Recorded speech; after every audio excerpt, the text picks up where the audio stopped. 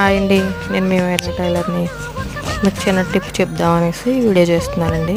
ఇవి చూసారా, ఇవి ట్యాబ్లెట్స్ రేకులు అండి, అల్యూమినియం రేకులు. వీటిని మన కత్తెరతో కట్ చేస్తే పొదున వస్తుందండి. అంటే ఒకసారికి వచ్చేస్తుందా అంటే మనం చెప్పలేం. అవి ఏమన్నా వేస్ట్ ఏమన్నా ఉంటే అవి కటింగ్ చేసుకుంటే అండి కొంచెం తక్కువగా ఉన్న పొదును మళ్ళీ పెరుగుతుందండి.